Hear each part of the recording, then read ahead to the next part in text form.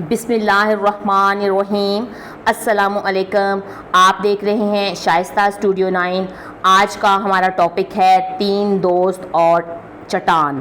آج کے دور میں ہر شخص بہت پریشان ہے اور ہر ایک یہ گلہ کرتا ہوا نظر آتا ہے کہ ہمارے حالات بہت خراب ہیں، ہم دعائیں کرتے ہیں مگر قبول نہیں ہوتی۔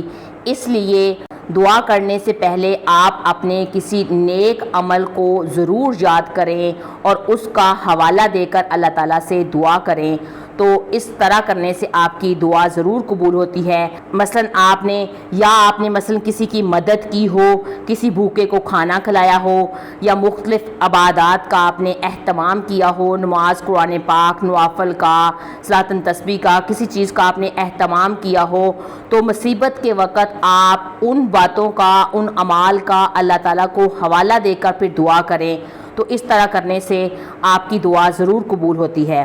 نبی کریم صلی اللہ علیہ وآلہ وسلم نے ایک بار بنی اسرائیل کے 3 افراد کا واقعہ سنایا جو ایک اندھیری رات میں سخت آندھی اور طوفان میں ایک غار کے اندر پھنس گئے تھے۔ ان تینوں دوستوں نے جب آندھی اور طوفان کو دیکھا تو ایک غار کے اندر چلے گئے، اور اچانک اس پہاڑ سے ایک چٹان پھسلتی ہوئی آئی اور غار کے منہ کے آگے آ پڑی، اور اس طرح سے غار مکمل طور پر بند ہو گیا، اور وہ چٹان بڑی بڑی چٹان تھی۔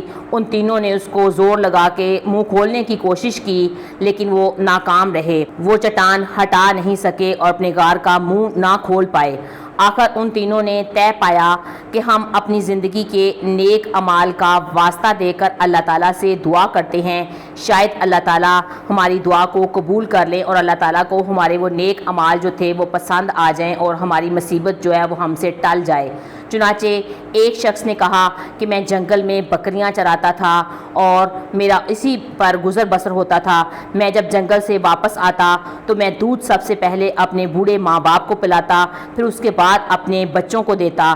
ایک دن مجھے گھر آنے میں دیر ہو گئی تو میرے ماں باپ میرے آنے سے پہلے سو گئے تھے اور بچے جاگ رہے تھے اور بھوکے تھے، لیکن میرے ضمیر نے یہ گوارا نہیں کیا کہ میں اپنے ماں باپ کو دودھ دینے سے پہلے میں اپنے بچوں کو دودھ پلا دوں۔ اس لیے میں ساری رات دودھ کا پیالہ پکڑ کر اپنے ماں باپ کے سرانے کھڑا رہا۔ میں نے ان کو جگایا بھی نہیں کہ ان کی نیند خراب ہو جائے گی، اور ان کے پاس ساری رات کھڑا رہا، اور بچے میرے پیر پکڑ کر چمٹ کر روتے رہے۔ اس طرح سے صبح ہو گئی لیکن میں نے اپنے بچوں کو پہلے دودھ نہیں دیا۔ خدایا، میں نے یہ خاص عمل آپ کی رضا کے لیے کیا ہے، اس کی برکت سے آپ غار کے منہ سے چٹان کو ہٹا دیں۔ اور اس کا اتنا کہنا ہی تھا کہ چٹان ذرا سی سرک گئی اور اس کے آر پار نظر آنے لگ گیا، آسمان تک چیزیں نظر آنے لگ گئیں۔ پھر دوسرے دوست نے اللہ تعالیٰ کی بارگاہ میں کہا، میں کچھ مزدوروں سے کام کرواتا تھا اور سب مزدور اپنی مزدوری لے کر چلے گئے، لیکن ایک شخص آیا ہی نہیں، اس نے اپنی مزدوری لی ہی نہیں۔ میں نے اس کی مزدوری رکھ لی اور اس کی مزدوری سے کاروبار شروع کر دیا۔ بکریاں، گائے اور بہت سارے نوکر چاکر جو تھے اس کے پیسوں سے میرے پاس ہو گئے۔ ایک دن وہ مزدور واپس آیا، ایک دن وہ شخص اپنی مزدوری مانگنے کے لیے واپس چلا آیا، تو میں نے کہا کہ یہ جتنی گائے، بکریاں اور نوکر چاکر کھڑے ہیں یہ سب تمہارے ہیں۔ وہ شخص بولنے لگا، خدا کے لیے مذاق نہ کرو، میں نے صرف اپنی مزدوری مانگی ہے۔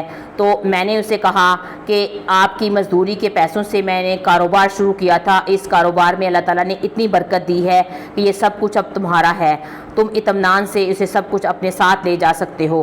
اے اللہ تعالیٰ، میں نے سب کچھ تیری رضا اور خوشنودی کے لیے کیا تھا، اور میرے اس کام کی برکت سے اے اللہ تعالیٰ غار کے منہ سے چٹان کو ہٹا دے۔ ابھی اس نے یہ دعا کی ہی تھی کہ اللہ تعالیٰ کے کرم سے چٹان جو تھی تھوڑی اور سرک گئی اور راستہ اس میں سے نظر آنے لگا۔ پھر تیسرے شخص نے کہا کہ اے اللہ تعالیٰ، تو جانتا ہے کہ میری ایک چچا زاد تھی جو مجھے سب سے زیادہ عزیز تھی، محبوب تھی۔ میں نے ایک دفعہ اس سے اپنی خواہش پوری کرنا چاہی مگر اس نے مجھے انکار کر دیا، لیکن اس شرط پر کہ میں 100 دینار دوں گا۔ میں نے وہ رقم حاصل کرنے کی کوشش کی تو وہ مجھے مل گئی۔ چنانچہ جب میں اس کے پاس گیا تو وہ رقم میں نے اس کے حوالے کر دی اور اس نے خود کو میرے حوالے کر دیا۔ جب میں اس کے پاس بیٹھا تو وہ کہنے لگی کہ اللہ سے ڈرو اور اس مہر کو ناحق نہ توڑو۔ میں یہ سنتے ہی اٹھ کھڑا ہوا اور 100 دینار بھی اس کو واپس کر دیے۔ اے اللہ تعالیٰ، اگر تو جانتا ہے کہ میں نے یہ کام تیرے خوف سے اور تیری رضا کی وجہ سے کیا ہے تو میری اس مشکل کو آسان کر دے، غار کے منہ سے اس چٹان کو ہٹا دے۔ جب اس نے یہ دعا کی، چٹان غار کے منہ سے ہٹ گئی اور اس طرح سے رستہ کھل گیا۔ پیارے دوستو، اس واقعہ سے ہمیں یہ نصیحت ملتی ہے، ہر نیک اور صالح عمل خاص اللہ تعالیٰ کی رضا اور خوشنودی کے لیے کرنا چاہیے۔ ہر مصیبت میں دعا کا وہ سہارا بنتا ہے۔ مزدور کو پورا حق ادا کرنا چاہیے تو اللہ تعالیٰ خوش ہوتا ہے۔